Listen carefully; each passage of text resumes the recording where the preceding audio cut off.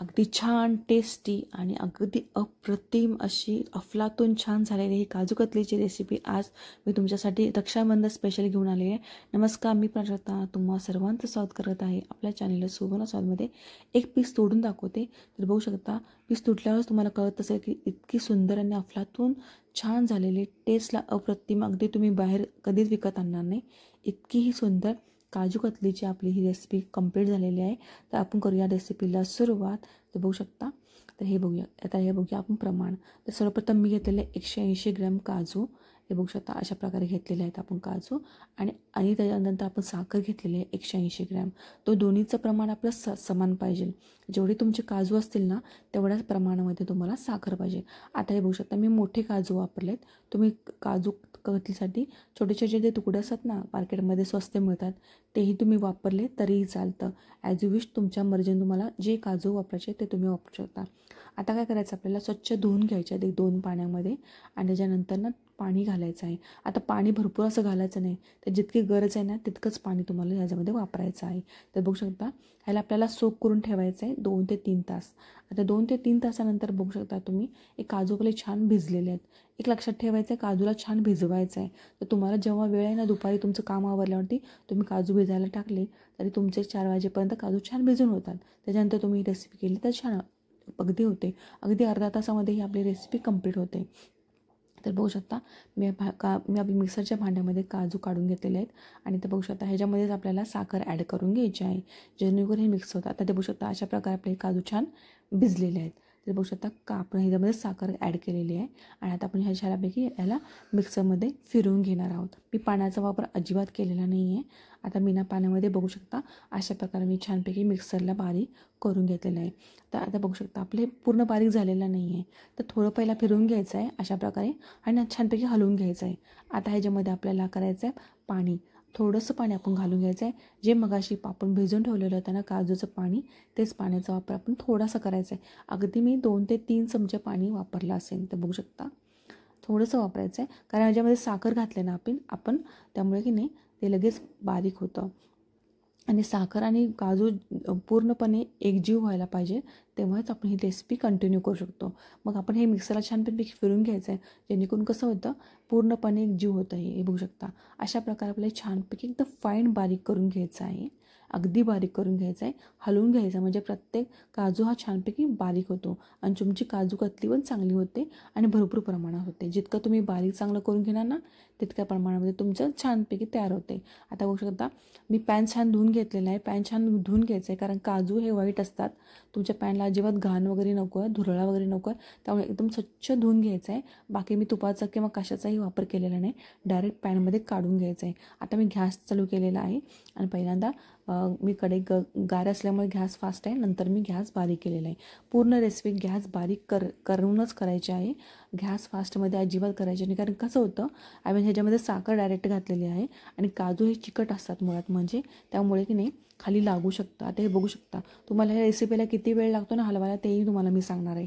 फक्त काय करायचं आहे, गॅस हा मध्यम किंवा बारीक ठेवायचा आहे. मध्यम गॅसवर तुम्हाला ही पूर्ण रेसिपी कंप्लीट करायची आहे. ते बघू शकता कंटिन्यू हलवायचं आहे. पॅन सोडून कुठेही जायचं नाही आहे, कंटिन्यू आपल्याला हलवतच राहायचं आहे. आणि बघू शकता पॅचूला तुम्ही व्यवस्थित वापरायचा आहे आणि नॉनस्टिक कढईच वापरायची आहे, कारण कसं ते चिकट बॅटर असतं. त्यामुळे तुम्ही फर्स्ट टाईम जरी करत असाल तरी तुमची व्यवस्थित रेसिपी होणार आहे, कारण आपण ह्याला नॉनस्टिक कढईचा वापर केलेला आहे आणि स्पॅच्युला पण व्यवस्थित वापरायचा आहे जेणेकरून की नाही ह्याला पूर्णपणे तुम्हाला हलवायला येतं आहे. आता बघू शकता मी दाखवलं अशाप्रमाणे तुम्हाला हलवायचं आहे. हे बघू शकता छानपैकी पूर्ण साईडच्या पण साईडला लागलेले बॅटर पण आपल्याला हलवत राहायचं आहे, सगळीकडे हलवायचं आहे. पूर्णपणे हलवत आपल्याला हे बघू शकता अशा प्रकारे हलवतच राहायचं आहे, आपल्याला कंटिन्यू हलवायचं आहे. 20 मिनटं तुम्हाला हे हलवायचं आहे आणि मग नंतर 20 मिनटानंतर तुम्हाला चेक करायचं आहे. स्टार्टिंगला 15 मिनटापासून तुम्ही चेक करायला सुरू करायचं. चमचा एक हातात घ्यायचा आहे आणि 15 मिनटं आता बघू शकता अशा प्रकारे बॅटर झालेला आहे. हलवते मी तरी बघू शकता असा गोळा तयार होतं का परत बघायचं आहे. तर गोळा आपला तयार झाला तरच तुमचं समजायचं आहे की हे बॅटर तयार झालं आहे. आता हे बघू शकता कंटिन्यू हलवत राहायचं आहे आणि हे आम्ही आता हलवते. आता हे बघू शकता एक चमचा आपल्याला घ्यायचा आहे आणि चमचा जरा गार झाला की आपल्याला हे बॅटर चेक करायचं आहे. जर तुम्हाला वाटलं असा गोळा होतोय तरच तुम्ही पॅन खाली घ्या, आणि जर तुम्हाला नाही वाटलं गोळा नाही होतं तर परत पॅन गॅसवर ठेवा आणि परत कंटिन्यू व्हायला. आता बघू शकता मला वाटतं माझा गोळा झालेला आहे, त्यामुळे आता मी पॅन बंद केलेला आहे. आपण चमचा हातात घेऊन चेक करायचं आहे. आता हे बघू शकता बॅटर हे जरा जरा सोडायला लागलेलं आहे, आणि अशा प्रकारे आपलं हे बॅटर तयार झालेलं आहे. जसं आपल्याला कुरड्याचं करतो ना बॅटर, पापडी धरते तसे ह्याला पापडी धरायला सुरू होते. हे बघू शकता अशा प्रकारे हे पापडी धरते आणि खाली पडतं बॅटर. म्हणजे समजायचं तुमचं हे बॅटर तयार झालेलं आहे. आता मी खाली काढून घेतलेलं आहे. खाली काढल्यावर सुद्धा आपल्याला काय करायचं आहे, 2 ते 3 सेकंद तुम्ही एखादं काम करणार असेल तर करून येऊ शकता, पण 2 ते 3 सेकंदानंतर पुन्हा आपल्याला कंटिन्यू हलवायचं आहे. म्हणजे माझे हे हलवायला 20 मिनटं गेली, 15 ते 20 मिनटं गेली. तुमचे 15 मिनटं जाऊ शकतात, 20 मिनटं जाऊ शकतात. तर बघू शकता आता आपण असा गोळा आपला तयार व्हायला पाहिजे. जेव्हा तुम्ही खाली उतरता तेव्हा पण तुम्हाला आणखी एकदा चेक करायचं आहे की तुमचा गोळा तयार होतो आहे का. आणि त्यामुळे चमच्याला लावलं की कसं होतं, 2 ते 3 सेकंद थांबलं की गार झालं की आपल्याला कळतं की बॅटर गोळा होतं आहे. अशा प्रकारे आपल्याला आता हे बघू शकता मी खाली पॅन ठेवल्यावर सुद्धा मी कंटिन्यू हलवायला लागले. बघू शकता जेणेकरून हा जो गोळा ना पूर्णपणे तयार होतो आहे. आता तुम्ही जर कंटिन्यू हलवला नाही तर काय होणार, की घट्ट होणार पीठ पूर्णपणे. हे बॅटर जे असतं ना काजूचं ते घट्ट होतं आणि त्याला ना हे हलकेपणा राहत नाही आणि एकदम मऊपणा राहत नाही, कडक होते. म्हणजे ह्याला जितकं तुम्ही मालिश करणार, जितकं तुम्ही हलवणार तितकं तुमचं काजू कतली अगदी सॉफ्ट तोंडात विरघळण्यासारखी होणार. कारण आपण साखरेचं प्रमाण परफेक्ट घातलेलं आहे. जी जास्त साखर घातली ना तुकडा लगेच पडतो, पण आपण तसं नाही. आपल्याला मऊ अगदी पूर्णपणे जेव्हा हलवाई स्टाईल आपल्याला हवी आहे काजू घातलेली, म्हणून आपण काय करणार आहोत त्याला कंटिन्यू हलवणार आहोत. आता बघू शकता अजून माझं बॅटर गरमच आहे, तर गरम असतानाच मी पूर्णपणे पॅन पूर्ण क्लीन करून घेतलेला आहे. आणि स्वच्छ कॅरी बॅग घ्यायची आहे अगदी चांगली, आणि त्याच्यामध्ये बॅटर घालून हलवायचं आहे. कारण आपलं बॅटर हे गरम आहे आणि हाताला चटके बसतात, म्हणून मी थोडंसं कॅरी बॅगमध्ये घालून पूर्णपणे ह्याला मर्दून घ्यायला लागलेलं आहे. बघू शकता आता माझी कॅरी बॅगसुद्धा फाटायला लागली आहे, म्हणून मी काय करणार आहे ते पूर्णपणे हलवून झाल्यानंतर हे बघू शकता अशा प्रकारे गोळा वळून मी कॅरी बॅगसुद्धा फाटायला लिहून. आता मी काय करणार आहे कॅरी बॅग हे पूर्णपणे हलवून आता ह्याची कॅरी बॅगसुद्धा मी वरची पूर्णपणे हलवून झाल्यावरती कॅरी बॅग आपण काढून टाकायची आहे. तर बघू शकता आता मी कॅरी बॅगमधले काढते आणि पुन्हा मी पोलपटवर घेऊन पूर्णपणे मळायला सुरू करते. आता जरा फॅटर थोडंसं हात हलक्या म्हणजे थोडा अजून गरमच आहे, पण तरी पण आपण असा प्रकारे मळतच राहायचं आहे. जितकं तुम्ही हे मळणार ना तितका आपला कणकेसारखा म्हणजे आपण कणिक मळतो ना तसा आपला हा गोळा छान तयार होता. चपातीला जी कणिक मळत होती तरी बघू शकता अशा प्रकारे आपल्याला पूर्णपणे मर्दून घ्यायचं आहे.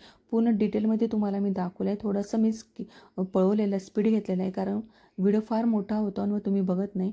ते बघू शकता इतका छान आपला हा गोळा तयार झालेला आहे. तर आपण एक पेपर घ्यायचा आहे, व्हाईट पेपर घ्यायचा, आपल्या घरात असतो तो. तर व्हाईट पेपरवरती आपल्याला थोडंसं तूप लावायचं आहे, आणि थोडंसं मी तूप लावलेलं नाही आहे, तुम्ही लावून घ्या.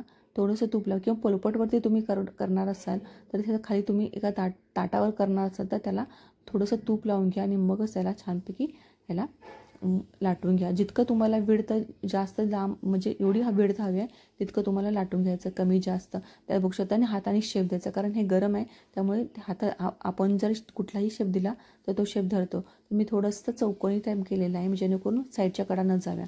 आता हे सिल्वर कॉईन पेपर मी वापरते, तर तुम्हाला असेल तर तुम्ही वापरा, नसलं तर नाही वापरलं तरी चालतं. तर हाताला थोडंसं पाणी लावायचं आणि पाणी थोडंसं आपल्या बॅटरला लावायचं आणि वरून हा सिल्वर कॉईन पेपर त्याच्यावरती प्रेस करायचा आहे. बघू शकता अशा प्रकारे, कारण सिल्वर कॉईन पेपर हा चिटकत नाही, म्हणून तुम्हाला ही मी मेथड सांगितलेली आहे. आणि आता कागद घ्यायचा आहे, पूर्णपणे ह्याला आपण स्टिक करून घ्यायचं आहे. तर बघू शकता जरासं पाण्याचा हात लावला की नाही अगदी छान सिल्वर कॉईन पेपर चिकटतो. ही अगदी हलवाई स्टाईल तुम्हाला मी ही रेसिपी पूर्ण सांगितलेली आहे. आणि बघू शकता आता पूर्णपणे आपण वड्या पाडून घेणार आहोत. तर बघू शकता अशा प्रकारे सुंदर छान आपल्या ह्या वड्या पडतात आहे. तर अगदी सोप्या पद्धतीने आणि अगदी डिटेलमध्ये तुम्हाला मी व्हिडिओ सांगितलेला आहे. आता बघू शकता तुम्हाला जसा शेप हवा तसा ट्रायंगल डायमंड शेप तुम्ही ठेवू शकता. तर हे बघू शकता एक तुकडा मी काढून दाखवते. अजून माझी गरम आहे, बॅटर पूर्ण गरम आहे अजून माझं. तर साईडचा बघू शकता तुम्ही अशा प्रकारे निघाले. आता गार झालेला आपल्याला 10 मिनटं ठेवायचं असंच फॅनच्या खाली, आणि 10 मिनटानंतर मी तुम्हाला दाखवणार आहे ह्याच्या पूर्णपणे वड्या पाडून. आता हे बघू शकता 10 मिनटं मी ठेवते आणि 10 मिनटानंतर आपण हे काढणार आहोत ह्याच्या वड्या, ठीक आहे ना. आता 10 मिनटानंतर हे बघू शकता मी ह्या वड्या अशा काढून घेत आहे. हे बघू शकता अगदी सुंदर छान आपल्या ह्या वड्या तयार झालेल्या आहेत.